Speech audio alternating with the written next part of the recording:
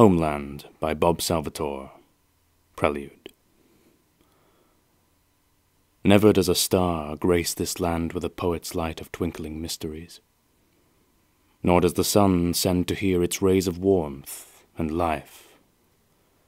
This is the Underdark, the secret world beneath the bustling surface of the forgotten realms, whose sky is a ceiling of heartless stone, and whose walls show the grey blandness of death in the torchlight of the foolish surface-dwellers that stumble here.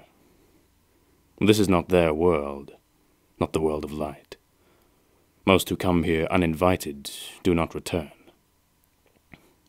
Those who do escape to the safety of their surface homes return changed. Their eyes have seen the shadows and the gloom, the inevitable doom of the Underdark. Dark corridors meander throughout the dark realm in winding courses, connecting caverns great and small, with ceilings high and low. Mounds of stone as pointed as the teeth of a sleeping dragon leer down in silent threat, or rise up to block the way of intruders. There is a silence here, profound and foreboding, the crouched hush of a predator at work.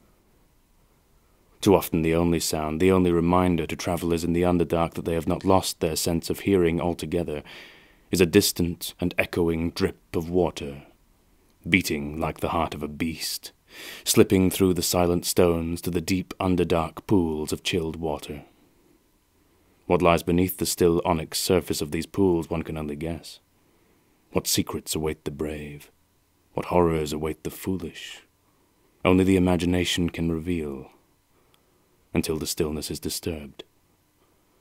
This is the Underdark. There are pockets of life here, cities as great as many of those on the surface. Around any of the countless bends and turns in the grey stone, a traveller might stumble suddenly into the perimeter of such a city, a stark contrast to the emptiness of the corridors. These places are not havens, though.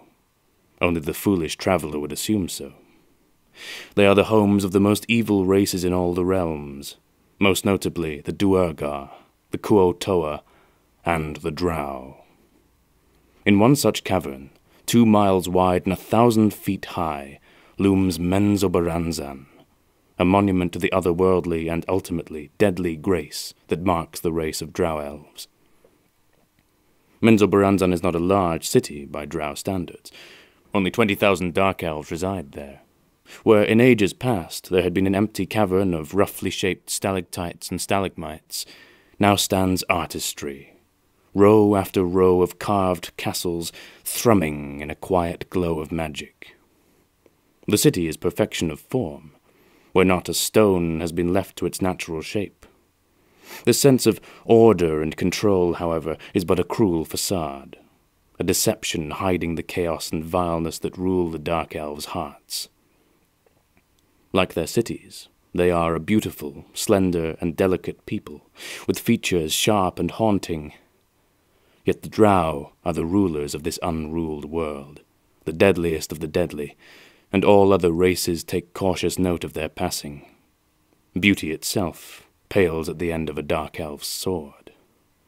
The Drow are the survivors, and this is the Underdark, the valley of death, the land of nameless nightmares.